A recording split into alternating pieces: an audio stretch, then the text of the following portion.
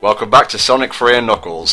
Story-wise, we're halfway through the game now, and last time we beat up the Death Egg and now it's crashed back onto the Angel Island, so for the latter half of S3 and K we're pretty much just going to be cleaning up Robotnik's mess, really, which is always nice. Yeah. I like that description. You make it sound like we got in a fist fight with the Death Egg itself. That would have been... that. Why wasn't that the final boss of this game? Why wasn't that in Generations? That would have been amazing. Oh, why wasn't it in Sonic the Fighters? We could just list off all the games. Why wasn't it in Knuckles Chaotix, the list? Now, the Chaos Emeralds are meant to be appearing here, but I don't know, YouTube has a problem with, like, Genesis emulation, I don't know. One thing I'll say, if you never, when you get to this section of the game, if you never enter a golden ring, you can just stay at Super Sonic until Doomsday Zone and still complete the game that way. But if you say get one emerald, it will lock out Super Sonic until you've got all the Super Emeralds. Exactly, which is why I like to keep with my official game canon. I like to just stick with Super Sonic, because as we all know, Hypersonic doesn't exist. I wanted him to come back so badly for colours. Oh, that was close. It was perfect. It was the right time. Fuck you, Steven, I'm having a moment here. You can't silly this shit up. And the colours felt so right, but apparently the timing was not. Okay, now you can go back to being silly. It would have been awesome just to hit an arrow and go Hyper! That would have been amazing. Now, do the Chaos Emeralds turn into the Super Emeralds? Is that what happens? Yes. Maybe? I'm not too sure about that answer, but I think so. Well, see, I don't, because they're referred to as the Super Emeralds, which to me makes it sound like they're a different thing entirely. But well, in STC, the Super Emeralds are basically the Chaos Emeralds as they're meant to be. Like when Sonic had them, they were the little ones, but they're meant to be all gigantic like this. But why do they go back to being normal? I just don't understand. I just don't understand. Maybe it's because they've been brought back to the place where they're meant to be. They just start going back to normal. No, guys, I got it. I've worked out. The answer is fuck you. That's why. Fuck you, Hillzone, Act 1. I was just gonna say it's a video game, but that works. Now, one thing I would just say is that in the beta version of this level was called the Mushroom Valley Zone, which I prefer that name just because it makes it stand out from the standard hill, trope of the Sonic games. But a valley is typically like a long, stretched out area where there's like no trees and shit like that, but, clearly this is not a valley, so I don't like that name. I will say the Mushroom Hill theme is one of my favorite themes in all of Sonic's history. I was so happy when they brought it back for the Generations 3DS, just so we would get a classic and modern remix of this song. I love the classic remix of it. So I'll say one thing that this song does is that if you have this on your iPod, if you listen to the separate sides, they're actually playing the song at a different pitch, which creates the overall melody, which was an idea they did for a handful of songs in this soundtrack, which they haven't done since, but I thought was actually a really interesting concept to do musically. Now, there's loads of special stage rings in Mushroom Hill, both Acts 1 and 2. So many, in fact, that you can actually get all the Super Emeralds first time around. And I think if you're playing with Knuckles, there's 2 more opportunities. Overall, there's I think 3 in the first act and 4 in the second. Yeah, it makes sense, because unlike Sonic 3, the Knuckles half isn't as plentiful with the rings, because I think once you finish Lava Reef Zone, there are no more rings. So if by the end of when you enter Hidden Palace, you haven't got all the Super Emeralds, you're pretty much fucked. So Tom, do you get all those Super Emeralds? Do I get all the Super Emeralds in Mushroom Hill? No! Jeez, Tom, do you even lift? Do you even spear? They're pretty big emeralds, of course I'm not going to be able to lift them. No, how did you guys think about the special stages in the Knuckles section? I think the ones in 3 are better overall. How about you guys?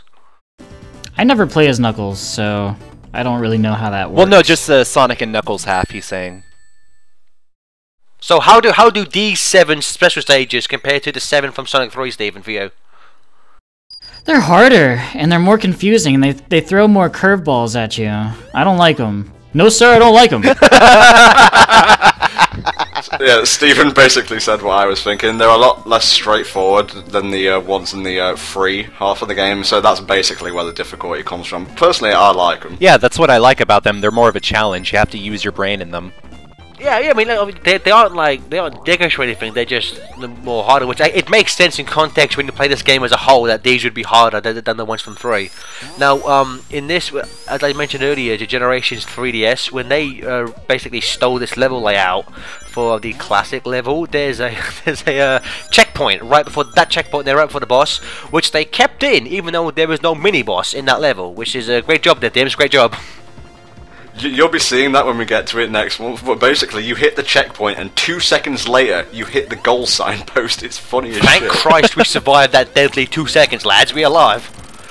I feel bad for that mini-boss. He wasn't doing anything. He was chopping down the trees, okay? What were the trees doing?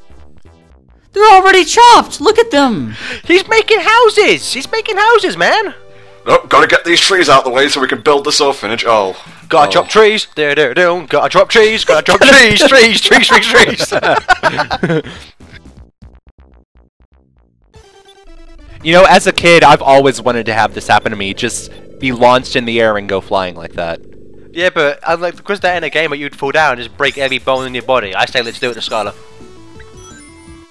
No, in terms of specific level gimmicks in say all the classic games, this to me stands out as one of the most interesting. The fact that the seasons change, and again they kind of applied it in the modern stage of Generations 3DS, but Act 2 is all in the autumn stage. I wish they would have kept it like this one and go to winter at the end, but that's just me. I think you're expecting a bit too much of Dimps there, to be honest. To be fair, like everyone, they were given 8 months for that game, and for 8 months, that's a pretty impressive final product. Brah is what I say.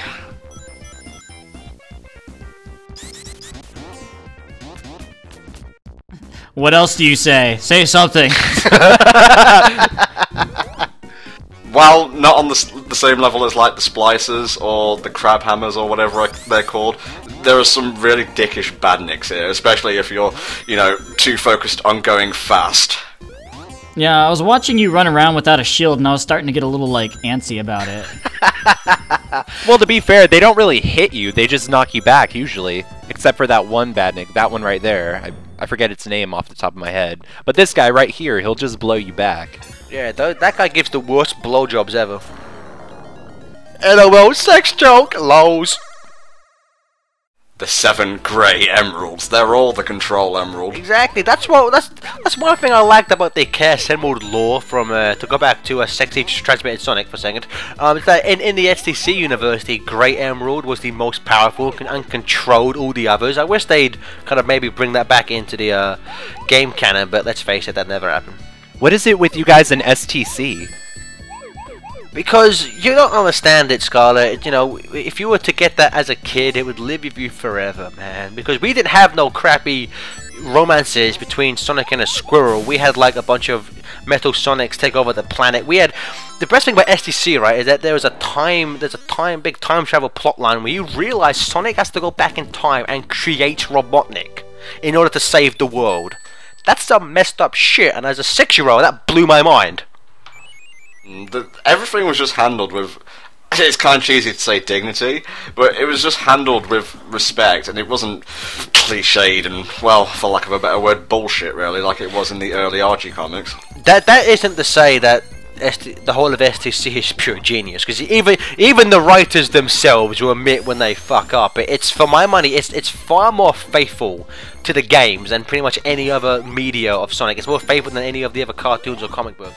But enough about talking about STC. Let's move on to the boss. Shut up, Scott. I love that comic. Let's get into it now. This is a kind of interesting boss, because this is, at this point in the franchise, extremely original. The idea of chasing Robotnik as he flees would, of course, be taken and just used for every single boss in Sonic Advance 2. But at this point in time, this was kind of revolutionary. It's kind of one-sided because only one of Eggman's thrusters is working, so I feel kind of bad that Tom's just destroying him.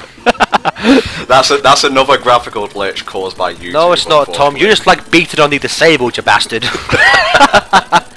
This is the first time I've ever noticed it, but the climate changed when you busted that satellite that was transmitting that disease. Yeah, that's what causes it. You never that disease.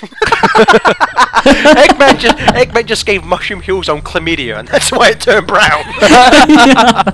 And on that note, we'll see you next time in the Flying Battery Zone. See you then.